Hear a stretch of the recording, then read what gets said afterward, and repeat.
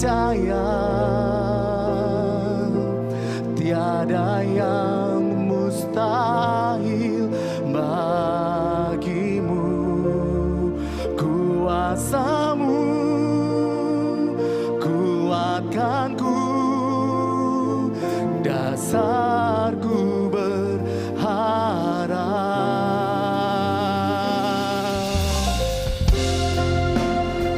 Pada pagi hari kita mau datang di hadapan Tuhan, mau bersembahan di hadapan Tuhan. Haleluya Yesus. Bapa, Engkau mengenalku lebih dari siapapun. Katakan kau tahu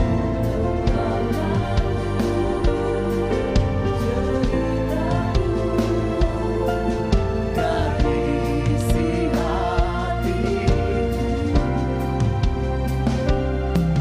tak peduli masa lalu, Engkau tetap memilihku. Katakan lupakan, lupakanku, sempurnakan jadi karya yang indah. Kini aku percaya tiada yang mustahil bagimu. Kuasamu kuatkanku, dasarku berharap. Kini aku berserah pada rancanganmu bagiku. Ku ikuti, katakan panggilanmu, panggilanmu. Ku kan setia sampai akhir hidup. Kini aku percaya, dengan iman nyanyi di hadapan Tuhan. Tiada yang mustahil bagimu. Kuasamu, katakan kuatkanku, dasarku kini kami berserah.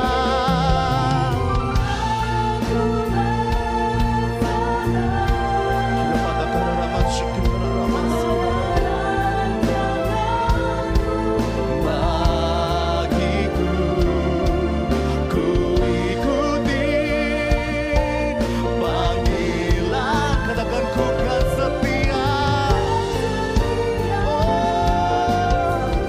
Haleluya. Kini aku nyanyi dengan iman di hadapan Tuhan pada pagi hari ini. Bawa seluruh persembahan kita di hadapan Tuhan. Kita katakan ramas. Kuasamu kuatkanku, dasarku berharap. Kini aku berserah pada rancanganmu bagiku. Ku ikuti panggilanmu, ku kan setia sampai akhir hidupku. Mari yang percaya di hadapan Tuhan, nyatakan di hadapan Tuhan. Kini aku percaya tiada yang mustahil bagimu Tuhan. Kami bawa hidup kami pada pagi hari ini, jamah setiap hati kami Tuhan, jamah setiap kami Tuhan.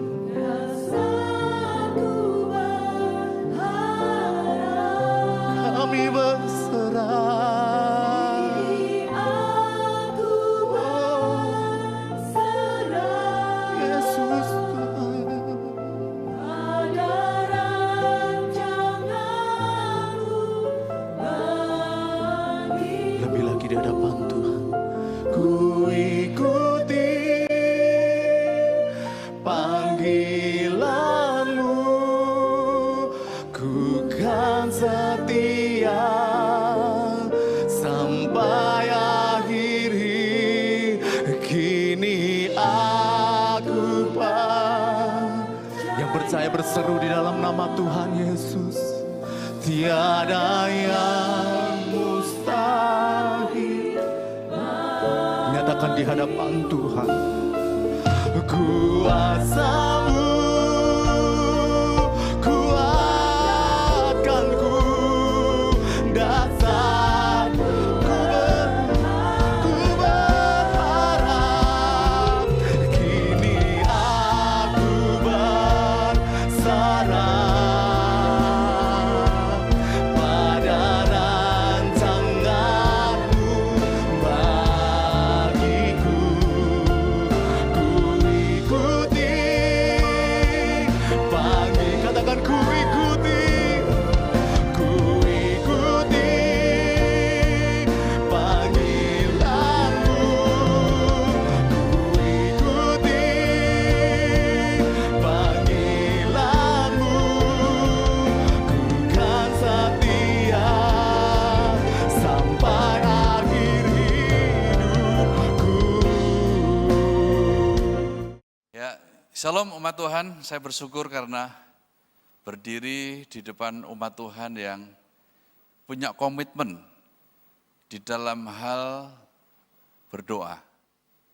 Ya, orang yang tekun berdoa, yang bersungguh-sungguh di dalam doa. Nah sebelumnya, mari kita tunduk kepala dan kita berdoa untuk meminta tuntunan dan hikmat Tuhan, supaya kita diperkenankan Tuhan untuk memahami firman Tuhan pada kesempatan hari ini. Tuhan, kami bersyukur.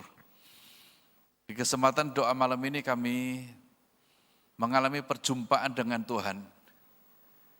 Dan dalam perjumpaan ini kami mau memahami setiap hati Tuhan, setiap firman Tuhan. Karena itu Tuhan terangi hati dan pikiran kami dengan terang Roh Kudus untuk kami bisa memahami apa yang menjadi maksud Tuhan dalam hidup kami. Kami mau membaca firman-Mu, kami merenungkan firman-Mu, dan kami mau memahaminya. Di dalam nama Tuhan Yesus, kami berdoa dan mengucap syukur. Haleluya. Amin. Ya, Bapak Ibu, firman Tuhan yang akan kita renungkan bersama malam ini diambil dari Yeskiel pasal 37.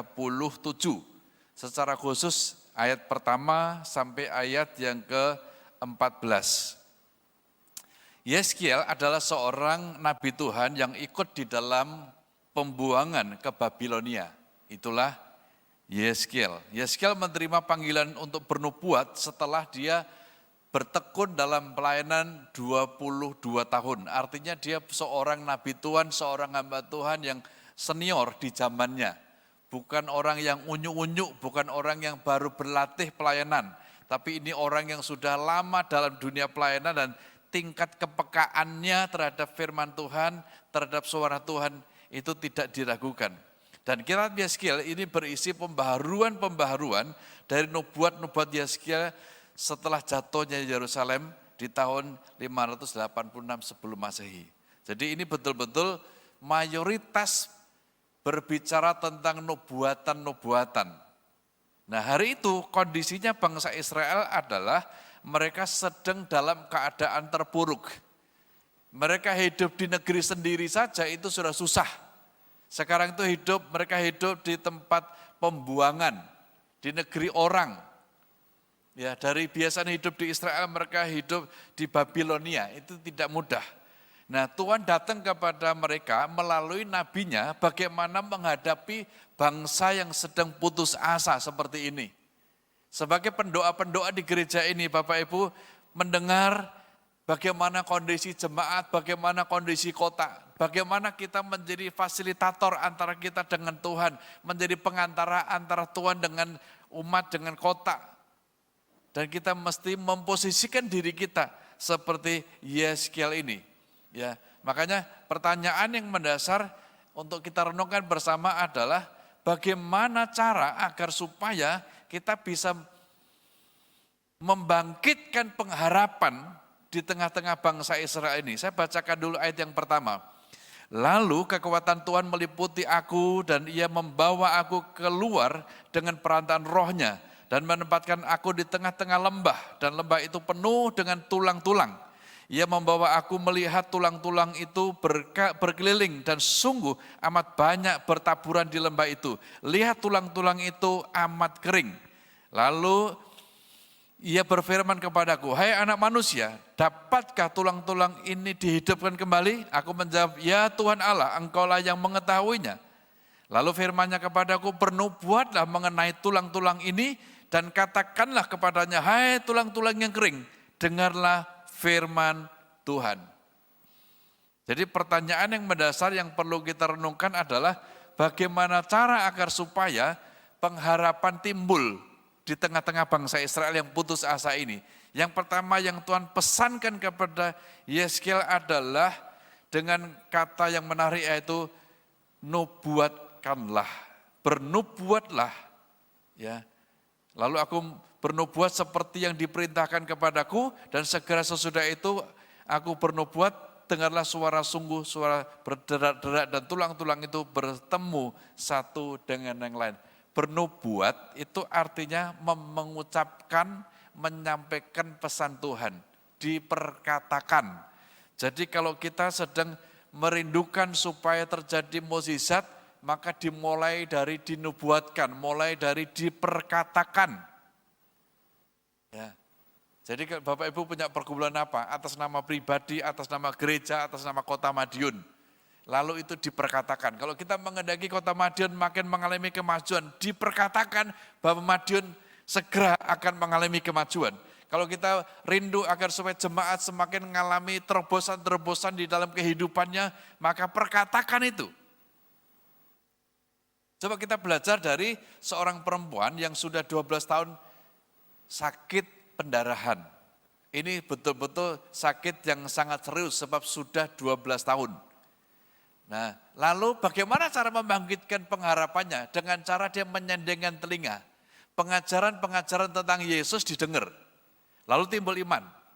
Setelah punya iman, maka dia punya tindakan, melangkah, berjumpa dengan Yesus. Dan setelah berjumpa dengan Yesus, dia gerakkan tangannya untuk menjamah ujung jubah Yesus. Ini yang saya maksudkan bahwa berawal dari diperkatakan, berawal dari dinubuatkan. Setelah dinubuatkan, mulai ada langkah-langkah praktis. Ya, seperti wanita itu melangkah dengan imannya, melangkah dengan kakinya, lalu menjamah ujung jubah Yesus dan terjadilah keajaiban. Semuanya berawal, start awalnya adalah diperkatakan atau dinubuatkan.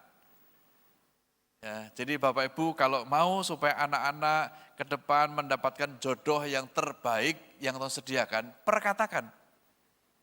Ya, berkati anak-anak kita supaya kelak mendapatkan jodoh yang terbaik yang Tuhan sediakan. Kalau kita mengharapkan, merindukan supaya anak-anak kita kelak pekerjaannya diberkati, perkatakan. Supaya anak-anak kita masuk ke dalam sebuah profesi yang betul-betul tepat dan itu betul-betul menjadi jalan ilahi bagi hidupnya. Diperkatakan mulainya, diperkatakan. Berapa kali Pak? Sesering mungkin supaya sampai timbul iman. Ya, seperti wanita ini, setelah dengar tentang siapa Yesus, lama-lama punya iman.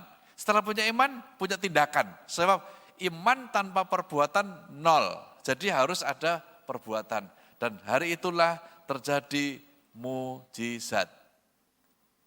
Ya, jadi walaupun pendaharanya sudah 12 tahun, semua tabib sudah dikunjungi, sudah mencoba, biayanya sudah begitu besar sampai hartanya habis. Tapi begitu berjumpa dengan Tuhan, seketika itu menjadi sembuh.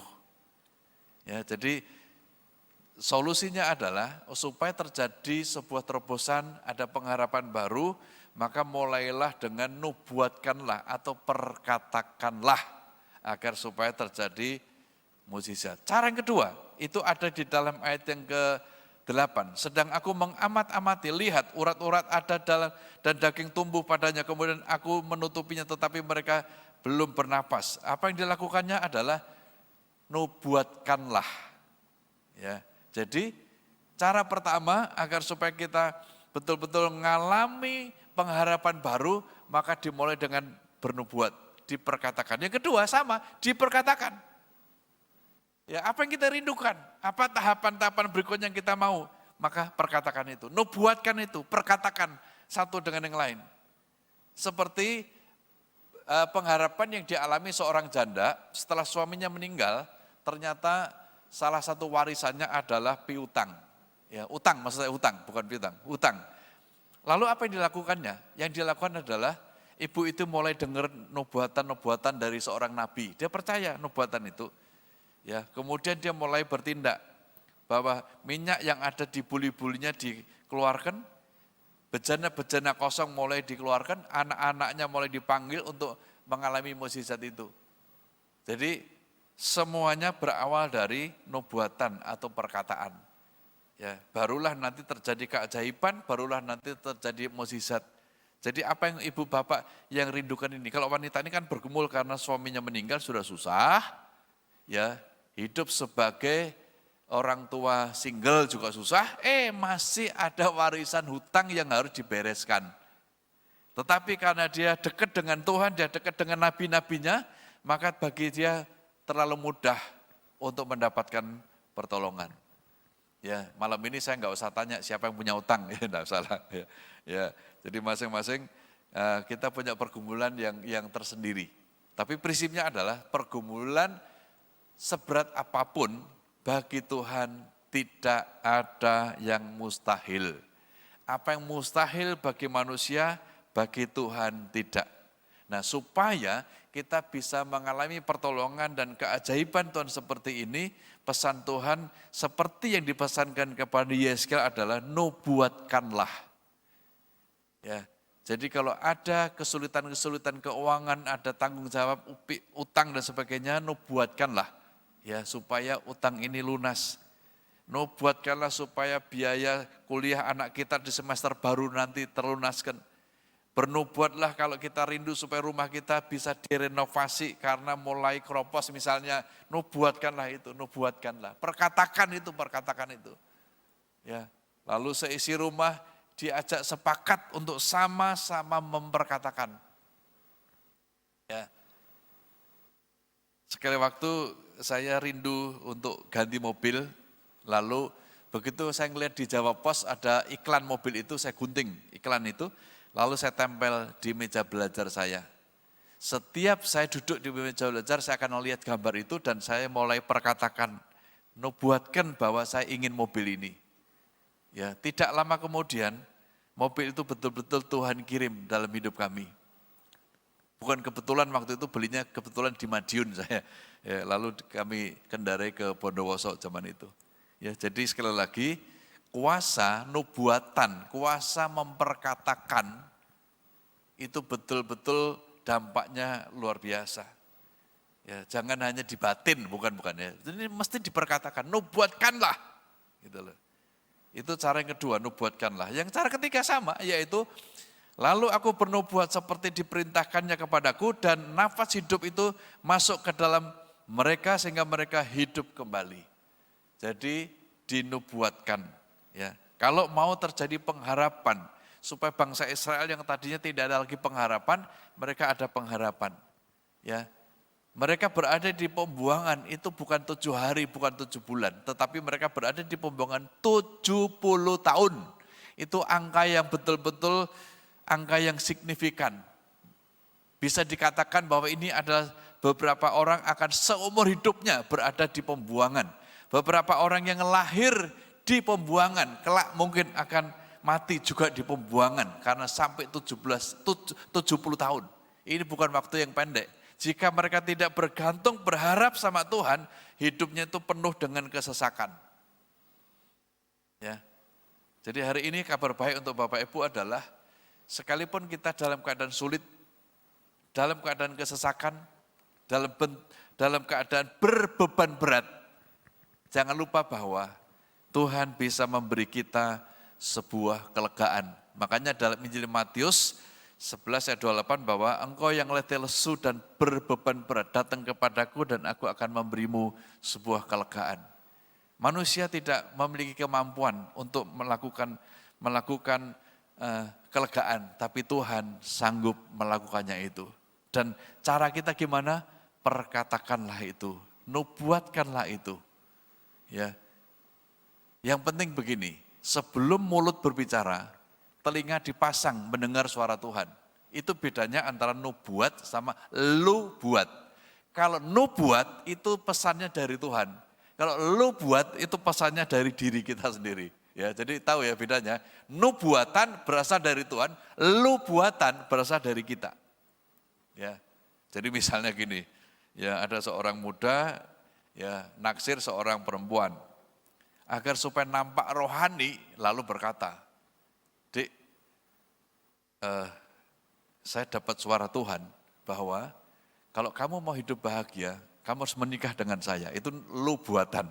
Ya, ya. Atau misalnya gini, "Pak, Bu, kalau Anda mau diberkati, ya Anda harus menabur dulu kepada saya. Ini nomor rekening saya." Itu lu buatan, ya bukan nu buatan. Kalau nu buatan itu bersumber dari hati Tuhan. Ya, kadang-kadang waktu saya sebagai hamba Tuhan, kalau Tuhan mengatakan sesuatu, otak saya itu enggak sinkron kadang-kadang. Tetapi kalau itu memang dari Tuhan, saya tunduk. Saya harus menaklukkan otak saya supaya sinkron dengan kehendak Tuhan. Dan akhirnya betul jadi kenyataan. Ya, saya menubuatkan anak saya sejak dari bayi untuk jadi dokter. Dan puji Tuhan, alhamdulillah, sekarang dua-duanya betul-betul jadi dokter. Ya. Saudara jangan dipikir nubuatan gitu gampang enak, enggak. Karena saya ini sebagai orang tua sambil bernubuat, sambil menyiapkan biaya kuliah yang tidak kecil. Jadi tidak mudah. Tapi sekali lagi karena yang menyuruh Tuhan, maka Tuhanlah yang membuka peluang demi peluang sampai terjadi seperti yang kami alami sampai hari ini. Semuanya karena kemurahan Tuhan. Jadi kalau Tuhan yang meminta untuk bernubuat, jangan stop, jangan berhenti, bernubuatlah. Pasti nanti akan terjadi. Sebab bagi Tuhan tidak ada kesulitan untuk menggenapi apa yang Dia katakannya. Kalau manusia mungkin bisa mengalami kesulitan untuk memenuhi janji-janjinya. Tapi kalau Tuhan enggak. Ya, jadi hari ini apa yang menjadi pergumulan Bapak Ibu sebagai pendoa di gereja ini, pasang telinga apa yang dibutuhkan jemaat, apa yang dirindukan jemaat, apa yang dialami jemaat, itu pokok doa. Apa yang kita dengar tentang Madiun, apa yang kita dengar tentang negeri ini, itu pokok doa untuk kita berseru, bernubuat. Ya, kita berseru kepada Tuhan, waktu Tuhan menjawab, lalu kita sampaikan itu sebagai jawaban. Dan itulah nubuatan. Sekali lagi ya, jangan sampai nubuatan lah ya, harus yang bersifat nubuatan. Suara berasal dari Tuhan, lalu disampaikan kepada umat. Disampaikan kepada anak-anak, disampaikan kepada seisi rumah. Itu namanya nubuatan. Dan inilah yang seringkali terkikis dari gereja. Ya, banyak orang takut bernubuat. Ya, jangan sampai nanti tidak terjadi kenyataan. Makanya Yeskiel bernubuat setelah dia 20-an tahun pelayanan. Saya awal-awal jadi hamba Tuhan juga enggak berani bernubuat. Tapi setelah kita terus bertekun dalam Tuhan, dapat pengalaman baru bersama Tuhan, dapat kepekaan dari Tuhan, maka waktu kita mengatakannya, mesti mengatakannya. Ya. Dan di antara hal yang paling sulit dalam pelayanan saya adalah pada waktu saya menghadapi orang-orang yang sedang koma di rumah sakit. Kadang-kadang Tuhan mengatakan bahwa beritahu sama mereka, beritahukan sama keluarganya, bahwa orang tuanya tidak lama lagi akan dipanggil Tuhan. Saya kan tidak enak. Ya. Kita mau menyampaikan bahwa dalam waktu tidak lama lagi orang tuamu dipanggil Tuhan itu enggak enak. Tapi karena itu yang nyuruh Tuhan, lama-lama saya memiliki keberanian. Ternyata Tuhan bicara sama saya, Tuhan juga bicara sama kaum keluarganya. Sehingga mereka siap semua, kalau gitu mari kita bereskan, kita doa bersama, kita saling mengampuni, supaya kita juga beroleh pengampunan. Dan papa mama yang akan meninggalkan dunia, meninggalkan kita semua, akan mendapatkan tempat yang baru bersama Tuhan di Firdaus untuk selama-lamanya. Ya, jadi ini yang saya sampaikan malam hari ini, kiranya Bapak Ibu terus memperoleh kepekaan untuk mendengar suara Tuhan supaya bisa bernubuat. Ya, jadi dengar dulu, ngomong. Dengar dari Tuhan, nubuat. Dengar dari Tuhan, nubuat. Jangan ngomong dulu baru nanti tanya Tuhan. Ya, jadi dengar dulu. Ya, oleh karena itu hari ini saya mau berdoa secara profetik supaya ibu bapak sebagai pendoa-pendoa di gereja diberi kepekaan telinga kita untuk dengar suara Tuhan. Haleluya, haleluya. Mari kita tunduk kepala dan kita berdoa. Tuhan, kami mau belajar seperti yang dialami oleh Nabi Yeskiel. Saat bangsanya di dalam keadaan terpuruk, tidak ada lagi pengharapan, bagaikan tulang-tulang kering. Tetapi Tuhan masih ada pengharapan. Di dalam Tuhan masih ada pengharapan. Dan untuk menyampaikan pengharapan itu, maka harus ada orang yang berani memperkatakannya. Harus ada orang yang berani bernubuat. Dan orang itu adalah Yeskiel. Kiranya semua umatmu, para pendoa di gereja ini, memperoleh kepekaan, ketajaman seperti yang diterima oleh Yeskiel.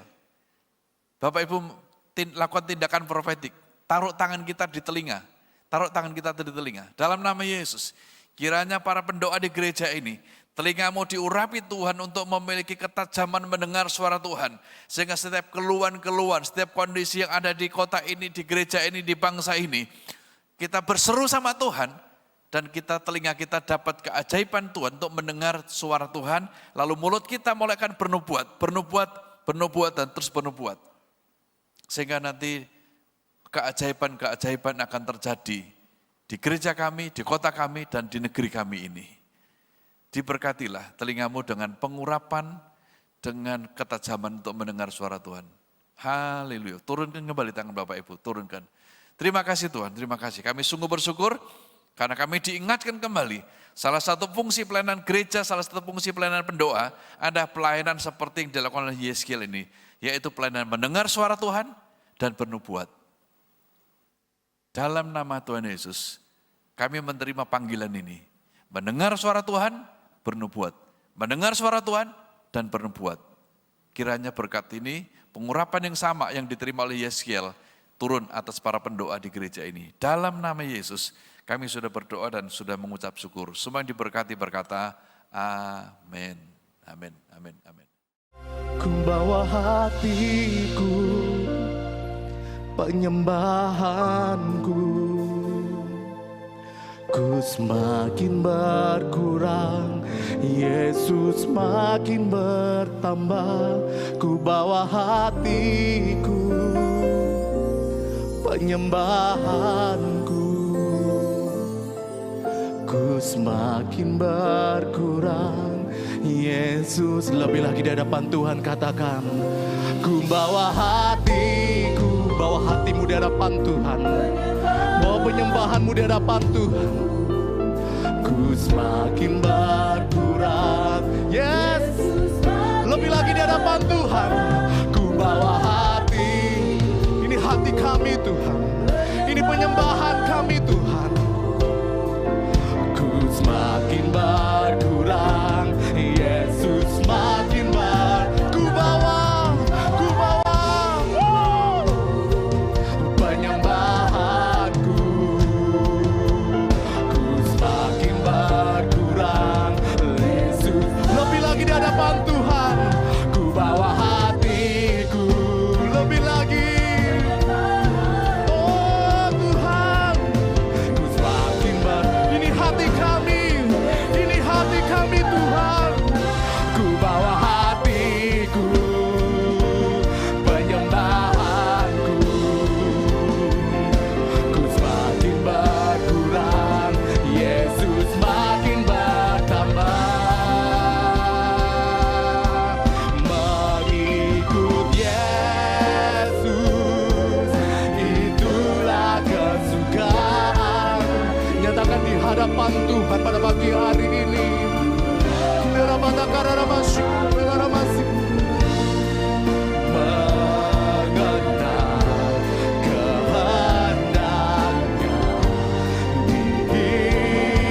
katakan mengiring Yesus. Pada pagi hari nyatakan di hadapan Tuhan, sekali Yesus tetap Yesus, sekali Yesus tetap Yesus. Jadikanku hamba yang berkenan selalu. Mari mengangkat di hadapan Tuhan, nyatakan lebih lagi. Mengikut Yesus, itulah kesukaan. pagi hari ini Tuhan, aku untuk mengenal kehendak-Nya di hidupku, mengiring Yesus, itulah kekuatan hidupku.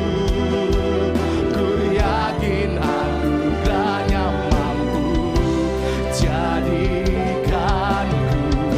Yang mau jadi hamba yang berkenan di hadapan Tuhan, bersama lebih lagi di hadapan Tuhan, mengangkat tangan di hadapan Tuhan, katakan mengikut,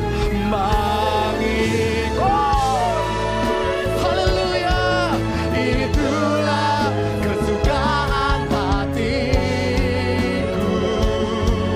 Ku dapat semua aku untuk mengenal kehendak-Nya di hidupku, mengiring Yesus. Katakan itulah kekuatan.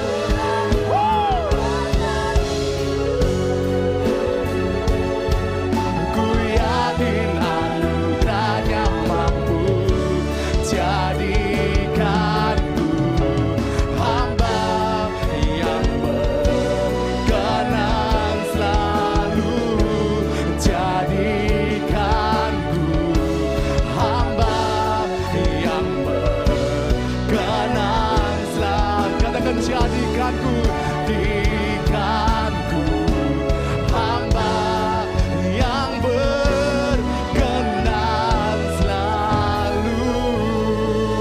Seru-seru lebih lagi buat Allah kita, lebih lagi buat Allah kita. Haleluya, haleluya. Kami bersyukur Tuhan untuk kebenaran firman-Mu, biarlah terus kebenaran firman-Mu menjadi terang dalam setiap langkah hidup kami, dan biarlah setiap kami terus menjadi pelaku firman Tuhan. Marilah kita angkat tangan kita di hadapan Tuhan. Terimalah berkat yang berasal dari Allah Bapa di dalam nama Anak-Nya yang tunggal Tuhan Yesus Kristus dan dalam persekutuan dengan Roh Kudus. Kiranya berkat ini menyertai saudara kemanapun saudara akan pergi, dan Tuhan akan terus membawa saudara naik dan tidak turun. Dan apapun yang kita lakukan, Tuhan akan buat berhasil untuk kemuliaan dan kebesaran nama Tuhan. Biarlah sukacita, damai sejahtera, dan kasih Allah senantiasa berlimpah di dalam kehidupan saudara sampai selama-lamanya. Di dalam nama Tuhan Yesus Kristus kami berdoa. Amin.